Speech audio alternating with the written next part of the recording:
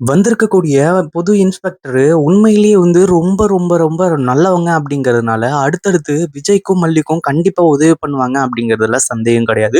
But இருந்தாலும் இது ஒரு கொலை கேஸ். இந்த ஒரு விஷயத்துல யார் வேணாலும் பொய் சொல்லலாம். யார் வேணாலும் வந்து கரெக்ட்டா உண்மைய சொல்லலாம். இப்படி பல விஷயங்கள் இருந்துட்டு இருக்கு.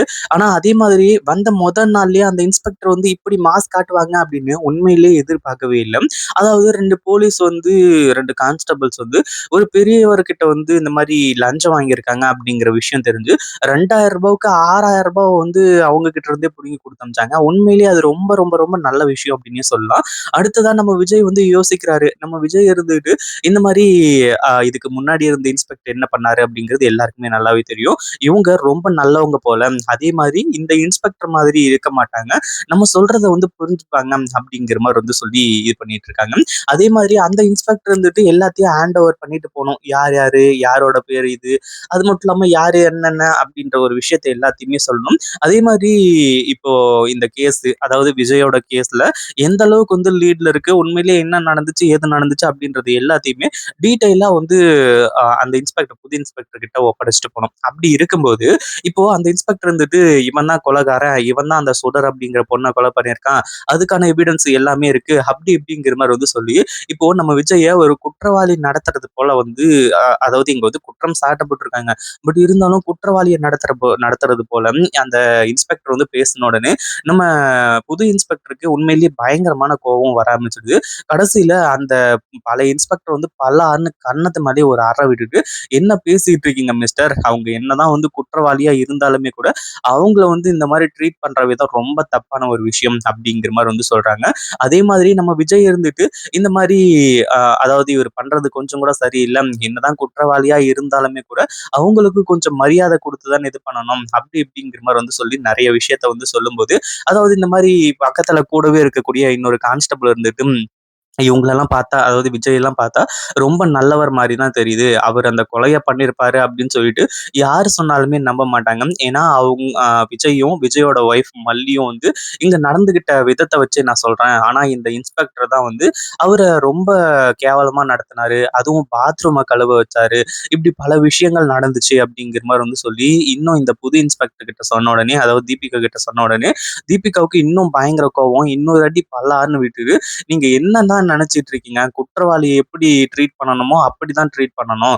அதுவும் இல்லாம அவங்க குற்றவாளியா, இல்ல நிரபராதியா அப்படின்றது எல்லாமே கோர்ட் பார்த்துக்கும். அதுக்கப்புறம் தான் உண்மையிலேயே அவங்க குற்றவாளியா என்ன அப்படிங்கிற ஒரு விஷயத்தையே நம்ம தீர்மானிக்க முடியும். அதுக்கு முன்னாடி யார் உங்களுக்கு இந்த தைரியத்தெல்லாம் குடுத்தது? யார் இப்படி பண்ண சொன்னது? அப்படிங்கிற மாரி வந்து சொல்லி, அந்த போலீஸ உண்டு இல்லன்னு பண்ணிக்கிட்டு இருக்காங்க. ஆனா அதே சமயத்துல இப்போ நம்ம விஜய் இருந்துட்டு அதாவது அந்த இன்ஸ்பெக்டர் வந்து விசாரிக்கிறாங்க. இந்த மாரி என்ன நடந்துச்சுன்னு சொல்லிட்டு உண்மைய சொல்லுங்க. உங்கள பார்த்தா கொலை பண்ற மாதிரி வந்து தெரியலையே! அப்படிங்கிற மாரி வந்து கேட்கும்போது, நீங்க சொல்றது எல்லாமே உண்மதான் மேடம்.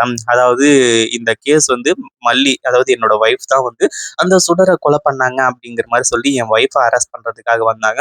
அந்த ஒரு இடத்துல வந்து நான் தான் இந்த கொலைய பண்ணேன் அப்படிங்கிற மாரி வந்து சொல்லி, பொய்யான ஒரு தகவல குடுத்து தான் நான் வந்து இங்க போலீஸ் ஸ்டேஷன்ல வந்து உட்கார்ந்துகிட்டு இருக்கேன் அப்படிங்கிற மாரி எல்லாத்தையுமே சொல்றாங்க. அதாவது உங்க ஒய்ஃப் தான் கொலை பண்ணாங்க அப்படின்னு சொல்லிட்டு வந்து தெரியும்போது, அவங்களுக்காக நீங்க எதுக்காக வரணும் அப்படிங்கிற மாரி வந்து கேட்கும்போது, என் ஒய்ஃபும் அந்த கொலைய பண்ணல. அதாவது என் பொண்ண கடத்தி வச்சிருந்தாங்க. அங்கருந்து என் பொண்ண வந்து காப்பாத்தி கூட்டிட்டு வரும்போது, அவங்க நல்லா தான் இருந்திருக்காங்க அந்த சுடரு. ஆனா அந்த சுடர யார் கொலை பண்ணாங்க, என்ன ஏது அப்படிங்கிறது தெரியல. அதுவும் இல்லாம நாங்க இப்போ இந்த குடும்பமே இப்படி இருக்கு அப்படின்னா, அதுக்கு முக்கிய காரணமே மல்லி தான். மல்லி மட்டும் இல்ல அப்படின்னா, இந்நேரத்துக்கு என் வெண்பாவையும் பார்த்திருக்க முடியாது. அப்படி இப்படிங்கிற மாரி சொல்லி, மல்லிய பத்தி நெறைய விஷயங்கள சொல்றாங்க. இத கேட்ட உடனே உண்மையிலேயே நம்ம விஜய் எந்த அளவுக்கு நல்லவரு, அடுத்ததா மல்லி மேல எந்த அளவுக்கு வந்து அ அன்பும் அந்த ஒரு இத வந்து வச்சிருக்காரு அப்படிங்கிறது, இது எல்லாமே வந்து தெரிய வருது. விஜய் நீங்க எந்த ஒரு தப்பும் பண்ணியிருக்க மாட்டீங்க அப்படின்னு சொல்லிட்டு நான் முழுசா நம்புறேன். பட் இருந்தாலும் சாட்சியங்களும், ஆதாரங்களும் வந்து உங்களுக்கு எதிரா இருக்கிறதுனால, இப்போதைக்கு என்னால எதுவுமே பண்ண முடியாது. அதே மாரி இந்த கேஸ்ல வேற என்ன லீட் கிடைக்குது அப்படிங்கிறத நான் வந்து பார்க்குறேன். அதே மாரி உங்க ஒய்ஃப வந்து பார்க்கணும் அப்படிங்கிற மாரி வந்து சொல்லி, அவங்க ஒய்ஃப் மல்லிகிட்டயும் வந்து பேசுறாங்க. மல்லி இருந்துட்டு விஜய் ரொம்ப நல்லவரு. அதுவும் இல்லாம இந்த மாரி தான் நடந்துச்சுன்னு சொல்லிட்டு நெறைய டீட்டெயிலா சொல்றாங்க. அடுத்ததா மல்லிகிட்டயும் வந்து இந்த மாரி எத பத்தியும் கவலைப்படாதீங்க. கண்டிப்பா நியாயமும், தர்மமும் உங்க பக்கம் இருக்கு அப்டின்னா, கண்டிப்பா வந்து இந்த ஒரு விஷயம் வந்து உங்கள விட்டு போயிடாது. அதாவது இந்த தண்டனை வந்து உங்களுக்கு கிடைக்காது. இந்த கொலையில யார் சம்மந்தப்பட்டிருந்தாலும் சரி, அவங்கள வந்து ஜெயில்ல புடிச்சு போட வேண்டியது எங்களோட கடமை அப்டிங்கிற மாரி வந்து சொல்லி, நம்ம புதுசா வந்திருக்கக்கூடிய அந்த இன்ஸ்பெக்டர் தீபிகா வந்து பேச ஆரம்பிச்சுட்டாங்க. இத கேட்ட உடனே வந்து நம்ம மல்லிக்கு ரொம்ப சந்தோஷம். ஏன்னா இத்தன நாள் என்ன பண்றது, ஏது பண்றதுன்னு தெரியாம இருந்துட்டு இருந்தாங்க. இப்பதான் எல்லாத்தையுமே கொஞ்சம் கொஞ்சமா கண்டுபிடிச்சிட்டு இருக்காங்க. அதுவும் இல்லாம இந்த கதிரேசன பத்தின உண்மைகளும் கொஞ்சம் கொஞ்சமா வெளிய வந்துட்டு இருக்கு. உண்மையிலேயே கதிரேசனுக்கு வந்து அந்த சுடர் வந்து ஃபோன் பண்ணி கேட்டது, அதாவது பணம் குடுங்க அப்படின்னு சொல்லிட்டு வந்து மிரட்டுனது, இந்த ஒரு விஷயத்த பத்தி எல்லாம் தெரிஞ்சுக்கிட்டு உண்மையிலேயே அவ்ளோ பெரிய ஷாக்கிங்ல இருந்துட்டு இருந்தாங்க. அடுத்தடுத்து கதிரேசன் தான் இந்த கொலைய பண்ணியிருப்பாரு அப்படிங்கிற மாரி வந்து சொல்லி, கதிரேசன ஃபாலோ பண்ணிட்டு தான் நம்ம மல்லி இருந்துட்டு இருக்காங்க.